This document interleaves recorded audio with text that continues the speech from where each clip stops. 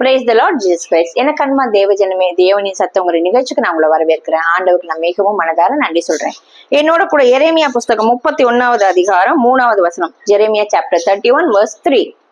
பூர்வ காலம் முதல் கர்த்தர் எனக்கு தரிசனமானார் என்பாய். ஆம், அனாதி சிநேகத்தால் உன்னை சிநேகித்தேன், ஆதலால் காருண்யத்தினால் உன்னை இழுத்துக் கொள்கிறேன். ஆமீன்.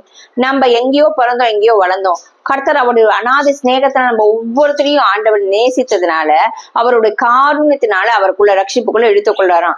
இப்பயும் நீங்க அந்த சிநேகத்துக்குள்ள இருந்தோ இல்ல அந்த காருண்யத்துக்குள்ள எங்கேயாவது வழி விலகி போயிருந்தா, தகப்பன் கிட்ட மனம் திரும்பி, ஆண்டவரே உங்களுடைய சிநேகத்தினால எங்களை நேசிச்சீரே, உங்களுடைய காருண்யத்தினால ஆண்டவரே எங்களை இழுத்துக்கொண்டீரே, மறுபடியும் சேர்த்துக் கொள்வீராக, உம்முடைய ராஜ்யத்தில் என்னை சேர்த்துக் கொள்வீராக, உம்முடைய பிரகாரத்தில் என்னை சேர்த்துக் கொள்வீராக, உம்முடைய சந்நிதியில் என்னை இழுத்துக் கொள்வீராக நம்ம கேட்கறச்சு.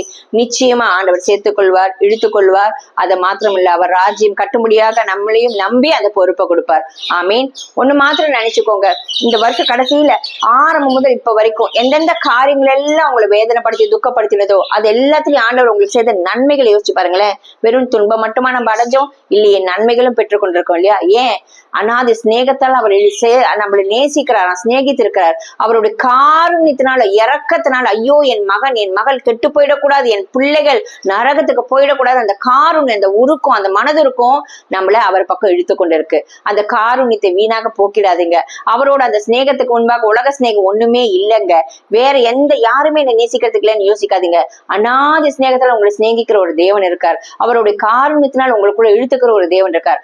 அவரோட சட்டைகள் மறைவில நம்ம மூடி மறைத்து பாதுகாக்கும்படி நம்மளை ஒப்புக் கொடுப்போம், நம்ம குடும்பத்தை ஒப்புக் கொடுப்போம். வாங்க இப்ப நம்ம ஜெபிக்கலாம். எங்கள் அன்பின் பரலோக தகப்பனே, உம்மை துதிக்கிறோம், ஸ்தோத்திரிக்கிறோம் ராஜா.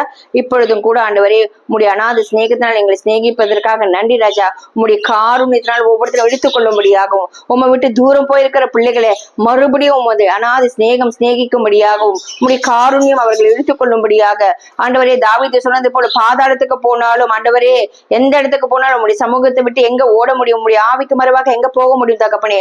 ஒவ்வொருத்தரும் சிநேகத்தினால் சிநேகித்து மறுபடியும் உம்முடைய காரியத்தினால் ஒவ்வொரு இழுத்துக் கொள்வீராக. இயேசுவின் நாமத்தினாலே ஜெபிக்கிறோம் பிதாவே, ஆமீன். ஆமீன். தேவனுடைய சிநேகத்தையும் அவருடைய காரணத்தையும் மறக்காதீங்க. அவர் கிருபை என்றும் உள்ளது. அவர் உங்களை இன்னமும் நேசிக்கிறாரு, இனிமேலும் நேசிப்பாரு. ஆமீன். God bless you.